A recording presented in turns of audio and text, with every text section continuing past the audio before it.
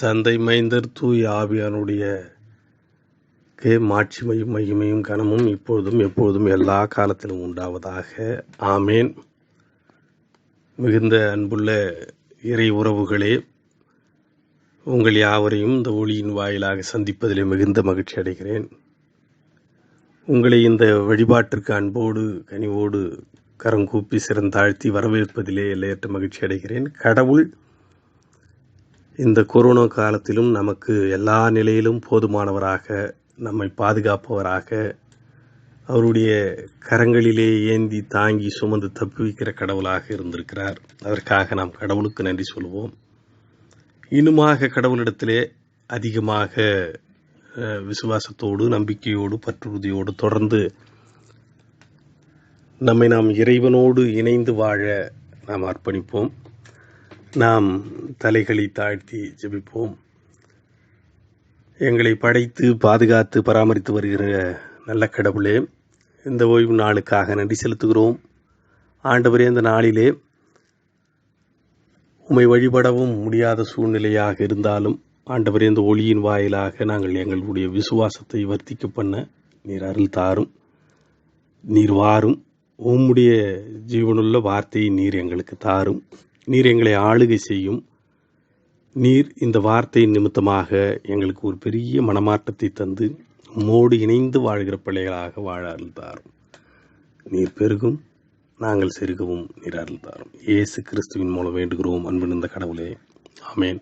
அன்புக்குரிய இறை உறவுகளே, இந்த நாளிலே நம்முடைய திருந்திய திருச்சபையினுடைய மாமன்றம் நமக்கு கொடுத்திருக்கிற தலைப்பு டிசைபிள்ஷிப் ஆஸ் விட்னஸ். இதை தமிழிலே எப்படி மொழிபெயர்க்கலாம் என்றால், சான்று பகரும் மாணாக்கம் அல்லது சான்று பகரும் சீடத்துவம் என்று நாம் புரிந்து கொள்ளலாம். இந்த பெந்தேகோஸ்தே நாளுக்கு பின் வருகிற இது 4ஆம் ஞாயிறு.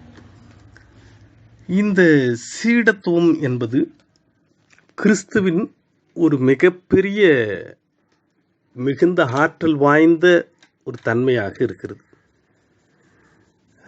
ஒருவேளை இந்த நிகழ்விலே ஒரு ஒரு நடந்த நிகழ்வை சொல்லி நான் உங்களுக்கு விளக்க முற்படுகிறேன். அறிமுகமாக, இந்த கிரேக்க ஞானி சாக்ரட்டிஸ் அவர்கள் தன்னுடைய சீடர்களை, மாணவர்களை தெரிவு செய்யும் போது ஒரு சோதனை வைப்பார், ஒரு டெஸ்ட் வைப்பார். அது சோதனை வெற்றி பெறுகிறவர்களை மட்டும் ஏற்றுக்கொள்வார், வெற்றி தோல்வி அடைகிறவர்களை ஏற்றுக்கொள்ள மாட்டார். ஒரு தொட்டியிலே நிறைய நீர் நிரம்பியிருக்கும். அதிலே பல்வேறு மீன்களை அங்கே அந்த தொட்டியிலே இருக்கும். அதை உற்றுப்பார் என்று குறிப்பிடுவார். அப்போது பார்க்கும்பொழுது நிறைந்த தண்ணீர் இருக்கிறது, மீன்கள் நீந்தி கொண்டிருக்கின்றன என்று சொல்லுகிறவர்களை அவர் தன்னுடைய சீடர்களாக ஏற்றுக்கொள்வார். சில மாணவர்கள், நான் என்னுடைய உருவத்தை காண்கிறேன், என்னுடைய உருவம் தெரிகிறது என்று சொல்லுகிற, பதில் கூறுகிற மாணவர்களை அவர் ஏற்றுக்கொள்வதில்லை. எப்படி என்றால், இந்த சீடத்துவம் என்பது பிறருக்கான, சமூகத்திற்கான, சமூக மாற்றத்திற்காக தங்களை ஒப்படைத்து வாழ்பவர்கள் சீடர்கள். இது எல்லா சமயத்திலுமே இந்த சீடன், குரு சீடன் என்ற முறை இருந்தாலும், இந்த கிறிஸ்துவ சீடத்துவம் என்பது மிகப்பெரிய சிறப்புக்குரியது. இந்த சீடத்துவம் என்பது கிரேக்க மொழியிலே மத்தட்ரேஸ் என்று சொல்லப்படுகிற ஒரு வார்த்தை. அதுதான் அதனுடைய ரூட் வேர்ட். இதனுடைய பொருள் என்னவென்று பார்க்கும்பொழுது, மாணவர், போதனை பெறுபவர், கற்றுக்கொள்ளுபவர், ஆசிரியரை பின்பற்றுபவர், தன்னை பல்வேறு பயிற்சிகளுக்கு உட்படுத்த விரும்புகிறவர் என்று பொருள்படும். சீடத்துவம் என்பது திருமறையினுடைய வார்த்தைகளும் கடவுளையும் ஆண்டவர் இயேசு கிறிஸ்துவினுடைய மதிப்பீடுகள், விழுமியங்களை, அதற்கேற்ற தன்னுடைய வாழ்வை நெறிப்படுத்திக் கொள்வதற்கு இங்கு சொல்லப்படுகிறது. இந்த சீடர்களை தான் திருமறையிலே முதல் கிறிஸ்தவர்கள் என்று அழைத்தார்கள். திருத்தூதுவர் பணிகள் என்று சொல்லப்படுகிற அப்போஸ்தலர் 11ஆம் பிரிவு 26ஆம் திருமொழியிலே இந்த சீடர்களைத்தான் முதல் கிறிஸ்தவர்கள் என்று அவர்கள் அழைத்தார்கள். இந்த இயேசு கிறிஸ்து பல நிகழ்வுகளை சீடர்களுக்கு அறிவுரையாக சீடத்துவத்தின் முக்கியத்துவத்தை பல்வேறு இடங்களிலே நற்செய்தி நூல்களிலே அழகாக தெளிவாக குறிப்பிட்டிருக்கிறார். இந்த லூக்கா நற்செய்தி நூல் 14ஆம் பிரிவு 25 முதல் 33 வரை வசனங்களை கூர்ந்து படிப்போம் என்றால் ஒரு 4 நிகழ்வுகளை குறிப்பிடுவார். ஒரு சீடர், ஒரு மாணாக்கன் தன் உறவுகளை வெறுக்காவிட்டால் எனக்கு சீடனாய் இருக்க முடியாது என்பதை 26ஆம் திருமொழியிலும், தன் உயிரை வெறுக்காவிட்டால் எனக்கு சீடராக இருக்க முடியாது என்பதை அதே 26ஆம் திருமொழியிலே குறிப்பிடுகிறார். தன் சிலுவையை சுமந்து கொண்டு பின் செல்லாதவர் எனக்கு சீடராக இருக்க முடியாது. இந்த 33ஆம் திருமொழியிலே தன் உடைமைகளை வெறுக்காவிட்டால் எனக்கு சீடனாக இருக்க முடியாது என்பதை அந்த சீடர்களுக்கு போதனையாக அவர்கள் சுய நல வாழ்வுக்கு தன்னை ஈடுபடுத்தி கொள்ளாமல் பொது வாழ்வுக்கு தன்னை ஈடுபடுத்தி கொள்கிற அந்த பயிற்சியினை இங்கே கொடுக்கிறார். இன்னும் லூக்கா 9ஆம் பிரிவு 23ஆம் திருமொழியிலே சீடராய் இருக்க விரும்புகிறவர்கள் அல்லது ஒருவர் இயேசுவை பின்பற்ற விரும்பினால் அவர் தன்னைத்தானே வெறுத்து தன் சிலுவையை எடுத்துக்கொண்டு அனுதினமும் என்னை பின்பற்ற கடவன் என்று இயேசு கிறிஸ்துவானவர் அங்கே அழுத்தமாக தெளிவாக சொல்வார். இந்த சீடத்துவம் என்பது எல்லாவற்றையும் விட்டு விடுதல். அதாவது இந்த குறுந்தலைப்பாக சீடத்துவம் என்பது எல்லாவற்றையும் விட்டு விடுதல். சீடர் விடுப்பதற்கும் இழப்பதற்கும் வெறுப்பதற்கும் கற்றுக்கொள்ள வேண்டும். சீடர்கள் இயேசுவோடு இருந்தாலும் சில காரியங்களை வெறுத்துவிட அவர்கள் எப்பொழுதுமே விரும்பவில்லை. லூக்கா 9ஆம் அதிகாரம் 59ஆம் வசனத்திலே இயேசு ஒருவரை நோக்கி என்னை பின்பற்றி வாரும் என்று ஒரு அழைப்பு கொடுப்பார். ஆனால் அவர் முதலில் நான் போய் என் தந்தையை அடக்கம் செய்துவிட்டு வர அனுமதியும் என்றார். இங்கு உறவுகளை வெறுத்துவிட மனதில்லாதவர் என்பதை நாம் அறிந்து கொள்ள முடிகிறது. இன்னொரு இடத்திலே மிக பிரதான சீடனாகிய பேதுரு, கேபா என்று சொல்லப்படுகிற பேதுரு ஆண்டவரிடத்திலே கேட்பார், ஆண்டவரே நாங்கள் எல்லாவற்றையும் விட்டு உண்மை பின்பற்றி இருக்கிறோமே, எங்களுக்கு என்ன கிடைக்கும் என்று இந்த பொருள் சார்ந்த நோக்கத்தோடு, இந்த பொருள் சார்ந்த ஆன்மீக நோக்கத்தோடு அவர் அங்கே இருப்பதை நாம் பார்க்க முடிகிறது. ஏன் தன் உயிரையும் அந்த அழகாக இந்த லூக்கா 14ஆம் அதிகாரம் 33ஆம் வசனத்திலே உங்களில் தன் உடைமைகளை எல்லாம் விட்டு விடாத எவரும் எனக்கு சீடராய் இருக்க முடியாது என்றார். 26ஆம் வசனத்திலே ஏன் தன் உயிரையுமே என்னை விட மேலாக கருதினால் அவர் எனக்கு சீடராக இருக்க முடியாது என்று இயேசு மிக தெளிவாக அழகாக சொல்லிவிடுவார். அழுத்தமாக அவரை கண்டித்து உரைப்பதை நாம் பார்க்க முடியும். அது மட்டுமல்லாமல் அங்கே ஆண்டவர் பெருமையை விட்டுவிட வேண்டும், புகழ்ச்சியை விட்டுவிட வேண்டும், சொத்து என்ற ஆஸ்தி, இந்த மாதிரி உலக பிரகாரமான நிகழ்வுகளை நாம் சீடர்கள் விட்டுவிட வேண்டும் என்று அவர்கள் சொல்லுவார். இயேசு கிறிஸ்து இதற்கு ஆதாரமாய் நமக்கு முன் உதாரணமாய் இருக்கிறார். அவருடைய வாழ்வு மிக சிறப்பான ஒரு சீடத்துவத்தின் முன்மாதிரியான வாழ்வு ஆக இருக்கிறது. அவரை பின்பற்றுகிற நாம் இதை பவுலடிகளார் ரொம்ப அழகாக விளக்குவார். கடவுள் வடிவில் விளங்கிய இயேசுவானவர் தம்மையே வெறுமையாக்கி அடிமையின் வடிவம் ஏற்று மனிதருக்கு ஒப்பானார் என்று அங்கே சொல்லப்படுகிறது. இத்தகைய சீடத்துவத்தை நாம் எல்லாவற்றையும் களைந்துவிட, விட்டுவிட, பொருளாசைகளை தகர்த்துவிட, இந்த கிறிஸ்துவத்திலே இன்றைய நாளிலே இருக்கிற சிக்கலே இதுதான். இங்கு பிற மக்களைப் போல வாழ முற்படுகிறோம், ஆசைப்படுகிறோம். இன்றைய நாளிலே கொடுக்கப்பட்ட திருமறை பகுதியிலே எலியாவை குறித்தும் எலிசாவை குறித்தும் மிக அழகாக, எலிசா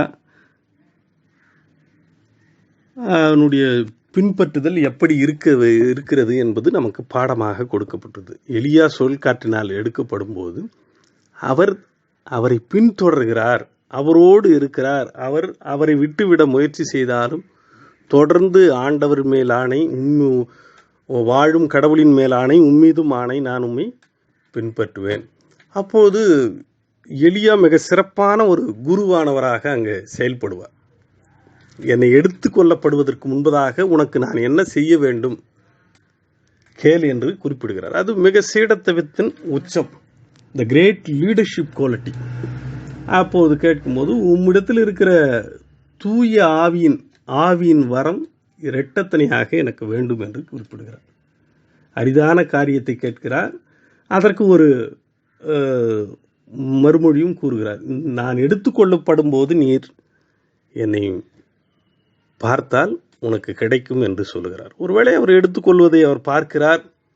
அங்கே அவர் எடுத்துக்கொள்ளும் போது இஸ்ரவேலின் தேரே, அந்த தேரின் பாகனே என்று அந்த குருவுக்காக மனம் அங்கலாய்க்கிறவராக சீடர் ஆடையை கிழித்து கொள்ளுவராக இருக்கிறார். ஒருவேளை இவருடைய அழைப்பு கூட எலியா அழைத்த உடனே அவர் விவசாயம் செய்திருப்பதை விட்டுவிட்டு அவரை பின்தொடர்கிறவராக இருக்கிறார். மிக சிறந்த ஒரு முன்மாதிரி. அந்த சீடர்கள் பாரம்பரியமாய் தலைமுறையாய் இறைவாக்கினராய் இருக்கிற மக்களை காட்டிலும் இவர்களுடைய எலிசாவினுடைய அர்ப்பணிப்பு மிக சிறப்பாக மேன்மைப்படுகிறது.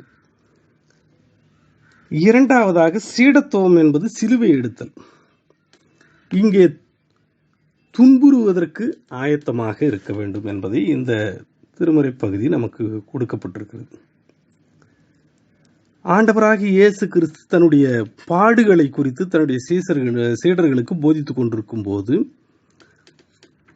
அப்போது மத்தேயு 16ஆம் அதிகாரம் 13 முதல் 26 திருமொழிகள் முடிய அங்கே அவர் போதித்துக் கொண்டிருப்பார். அப்போது பேதுரு, ஆண்டவரே இது உமக்கு நேரிடக்கூடாது என்று முற்படுகிறார். அப்போது கடவுளுக்கு ஆண்டவர் மிகுந்த கோபமாக, அப்பாலே போ சாத்தானே, நீ மனிதருக்கேற்றவரை சிந்திக்கிறாய் என்று கடிந்து கொள்வதை நாம் பார்க்க முடிகிறது. அந்த உலக பிரகாரமான வாழ்வுக்கு அப்பாற்பட்டு இறை திட்டத்தின்படி வாழ அழைக்கப்படுகிறோம். இங்கே கொடுக்கப்பட்டிருக்கிற திருமறை பகுதி தீர்த்து திருமுகத்தில் ஒரு சீடருக்கு உண்டான முன்மாதிரிகளை அங்கே பதிவு செய்யப்பட்டிருக்கும். அறிவு தெளிவு இருக்க வேண்டும், மனக்கட்டுப்பாடு இருக்க வேண்டும், கண்ணியம் இருக்க வேண்டும், குடிவெறி இருக்கக்கூடாது, புறங்கூறாமல் முன்மாதிரியான வாழ்வு இருக்க வேண்டும், கடவுளுக்கு பயப்படுகிற தன்மை இருக்கு. இதெல்லாம் கிறிஸ்துவ சீடர்களுக்கு அங்கே கடவுள் கொடுக்கிற மிகப்பெரிய ஒரு இலக்கு, கடமை. அதை அவர்களெல்லாம் அந்த கடினப்பாடோடு, அதாவது மனக்கட்டுப்பாடு அவசியம், கண்ணியம், முன்மாதிரியான வாழ்வு, அறிவு தெளிவு, கடவுள் பயம், இதையெல்லாம் அங்கே நாம் நம்முடைய வாழ்விலே இருக்கிறதா என்று நாம் சிந்திக்க பார்க்க அழைக்கப்பட்டிருக்கிறோம். ஒருவேளை நாமும் கிறிஸ்தவர்கள் என்று சொன்னாலே கிறிஸ்துவின் சீடர்கள், கிறிஸ்துவின் அடியவர்கள் என்று தான் இங்கு பொருள்படும்.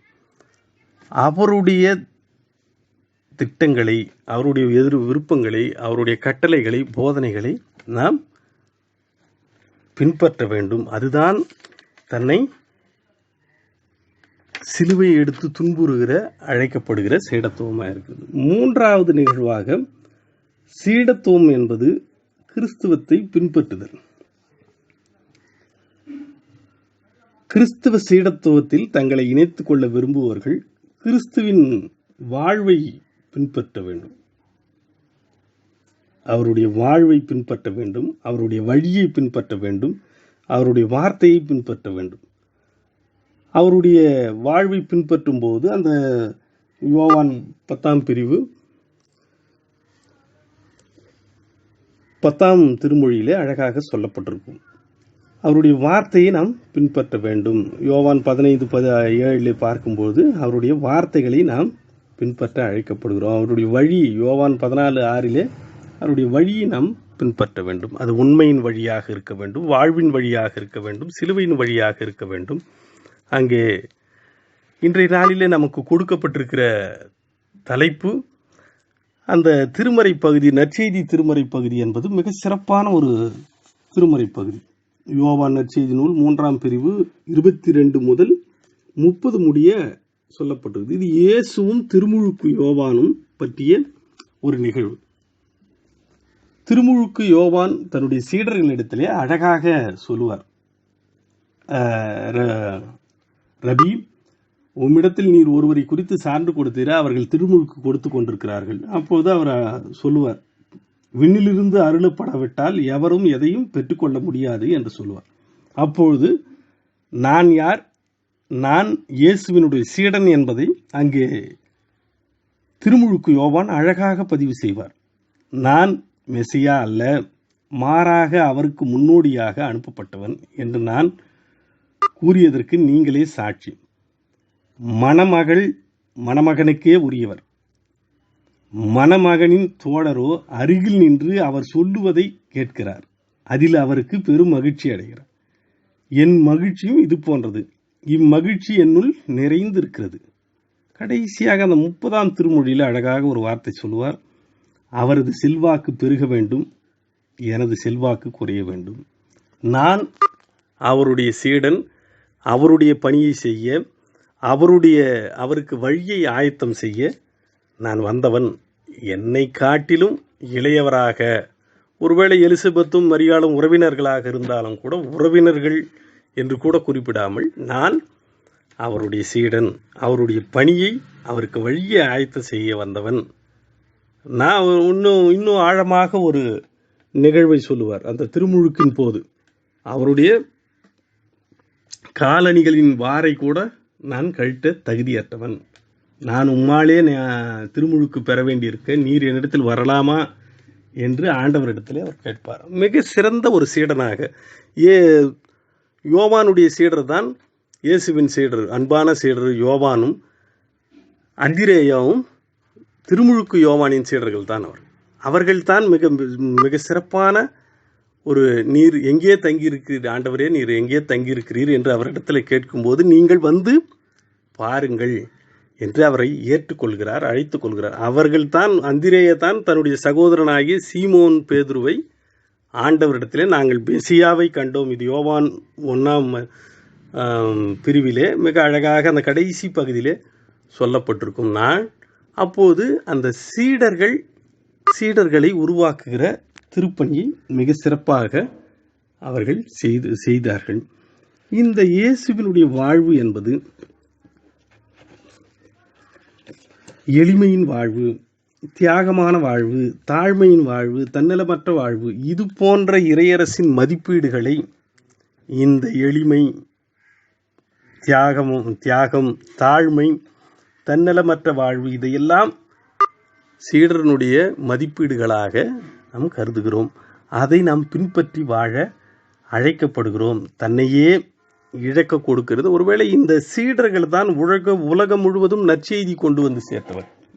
இயேசுவானவர் அவர்களை அழகாக பயிற்றுவித்தார், பாடுபட்டார், துன்புற்றார், இறந்து 3ஆம் நாள் உயிரோடு எழுந்து மீண்டுமாக இவர்களை 40 நாட்கள் பயிற்றுவித்து அவர் விண்ணகம் சென்றார். ஆனால் இவர்கள் கடவுளின் பணியை மிக உலகம் முழுவதிலும், நம்முடைய நாட்டிற்கு கூட தோமா அவர்கள் வந்து நற்செய்தி அறிவித்தார். அப்படியாக உலகம் முழுவதும் அவர்கள் சென்று இந்த இயேசுவின் வழியை, மார்க்கத்தை, இயேசுவினுடைய முன்மாதிரியான வாழ்வை, இறைவன் விரும்புகிற வாழ்வை இயேசு கிறிஸ்து வாழ்ந்து காட்டினார். இன்று நாம் கிறிஸ்தவர்கள் என்று சொல்லப்படுவதற்கு கிறிஸ்தவனுடைய அடியவர்கள், கிறிஸ்து அவன், கிறிஸ்து அவள், மறு கிறிஸ்துவாக நாம் இருக்க வேண்டும். மிக சிறந்த சீடராக எளிமையான வாழ்விலும், தியாகமான வாழ்விலும், தாழ்மையான வாழ்விலும், தன்னலமற்ற வாழ்விலும், சாட்சியான வாழ்விலும், இறைவனுடைய ஆண்டவருடைய சாட்சியான வாழ்வை வாழ அழைக்கப்படுகிறோம். அப்போதுதான் சான்று பகரும் மாணாக்கம், சான்று பகரும் கிறிஸ்தவம், இந்த வாழ்வை நாம் வாழ அழைக்கப்படுகிறோம். கடவுள் நம்மையும் நம்முடைய வாழ்வையும் குடும்பங்களையும் ஆசீர்வதிப்பாராக. இந்த சமூகம் இவன் மிக சிறந்த கிறிஸ்துவன் என்று மற்ற பிற சமயத்தினர், பிற நண்பர்கள் நம்மை குறித்து சான்று பகரும்படி முன்மாதிரியான சாட்சியான வாழ்வை வாழ கடவுள் நமக்கு அருள் செய்வார், நம்மை பாதுகாத்து வழிநடத்தி காப்பாராக. ஆமேன், ஆமேன், ஆமேன்.